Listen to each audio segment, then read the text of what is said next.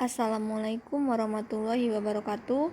Perkenalkan, kami dari kelompok 4 akan menjelaskan materi kami yang berjudul struktur sosial, konsep, jenis pola kelakuan, serta diskriminasi dalam masyarakat Indonesia, yang anggotanya terdiri dari saya sendiri, Feby Oktavia 2018-131008, Anissa Putri Ramadanti 2018-131007, Robiatun Adawiyah 2018-131016.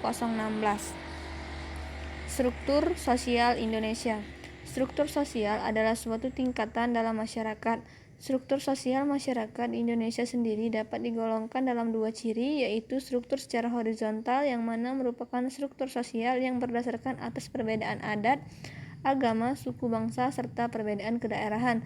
Lalu ada yang kedua, perbedaan secara vertikal yang berdasarkan struktur sosial masyarakat secara stratifikasi sosial antara lapisan atas dan lapisan bawah. Selanjutnya, klasifikasi struktur sosial. Struktur kaku dan luas, struktur formal dan informal, struktur asa tahu dan heterogen, struktur mekanis dan asa tahu. Selanjutnya, struktur atas dan bawah. Manusia sebagai makhluk sosial, konsep kelakuan dan jenis pola kelakuan. Manusia sebagai makhluk sosial. Kata sosial berasal dari kata sosies yang artinya berkumpul. Sebagai makhluk sosial, manusia selalu berusaha mengembangkan dirinya untuk dapat terus hidup dan berinteraksi dengan orang-orang lain di sekitarnya. Proses perkembangan diri manusia ini tergantung juga pada proses pembentukan dirinya. Selanjutnya, konsep kelakuan. Perilaku manusia merupakan hasil daripada segala macam pengalaman serta interaksi manusia dengan lingkungannya yang terwujud dalam bentuk pengetahuan, sikap, dan tindakan.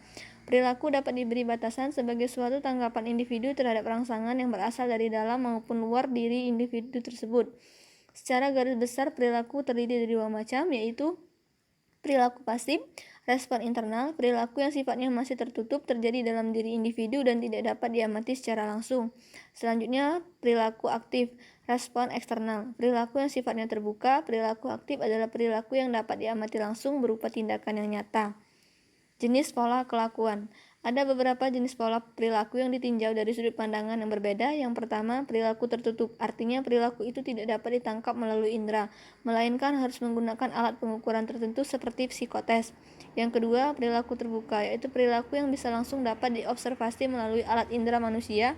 Yang ketiga, perilaku reflektif merupakan perilaku yang terjadi atas reaksi secara spontan terhadap stimulus yang mengenai organisme. Yang keempat, perilaku non-reflektif ini dikendalikan atau diatur oleh pusat kesadaran atau otak. Selanjutnya, diskriminasi dalam masyarakat Indonesia.